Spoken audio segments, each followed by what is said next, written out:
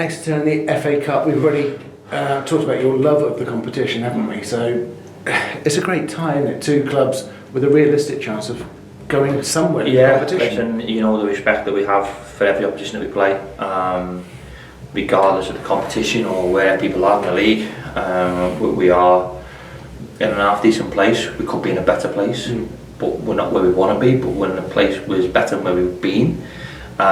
We've been speaking then with a few people and being mid-table in League One with a few still games to go to the back half of the season.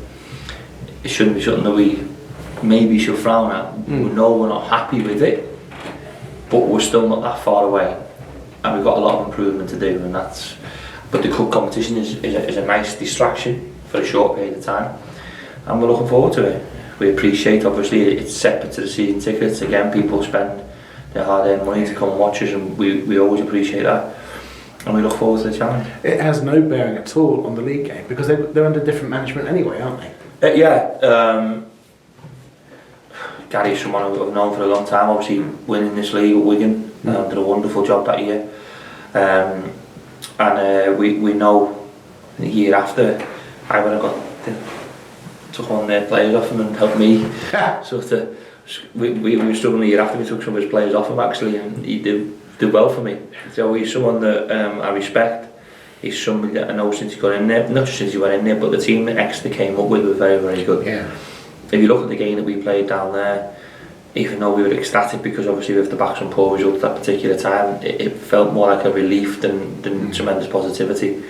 I think it was almost everything we seemed to hit that day went in, and we knew it wasn't the case, and we got sloppy towards the end of the game. And they'll probably look at that and know what was the reverse. I'd be saying exactly the same to my players, that it wasn't a 4-2. It was certainly they were certainly much better than what they gave them. They only had 2 days rest leading into it, and this is what I'm saying. So when we win like that, I spoke about the lack of fatigue, the amount of fatigue they had. A little bit of like us coming back of Woking and playing on the Saturday's Forest Green. It has a big effect on players when teams play Wednesday, Saturday, and the team that you're playing doesn't have any games in the week. It is. And we've seen that they played Charlton away on the Wednesday, and then we had to play them on the Saturday. And then they'd away to Barnsley, away to Charlton, then played us, so we didn't have a midweek game. So we played them at a difficult time for them, and the captain comes off for the 25 minutes. So we know, we're under no illusions that this is a very, very good team, and some very, very good players. Sam, I know up front, Brown, I know can cause problems. I think he's the highest goals and assists in the league. Stanfield, who I think you know my admiration for him, he's what a player this young boy is. So we know that they're going to be a threat all over the park, whether they go with a diamond or whether they go with their back five. We know there's flexibility within their rotation, and I know it's going to be very, very difficult after them.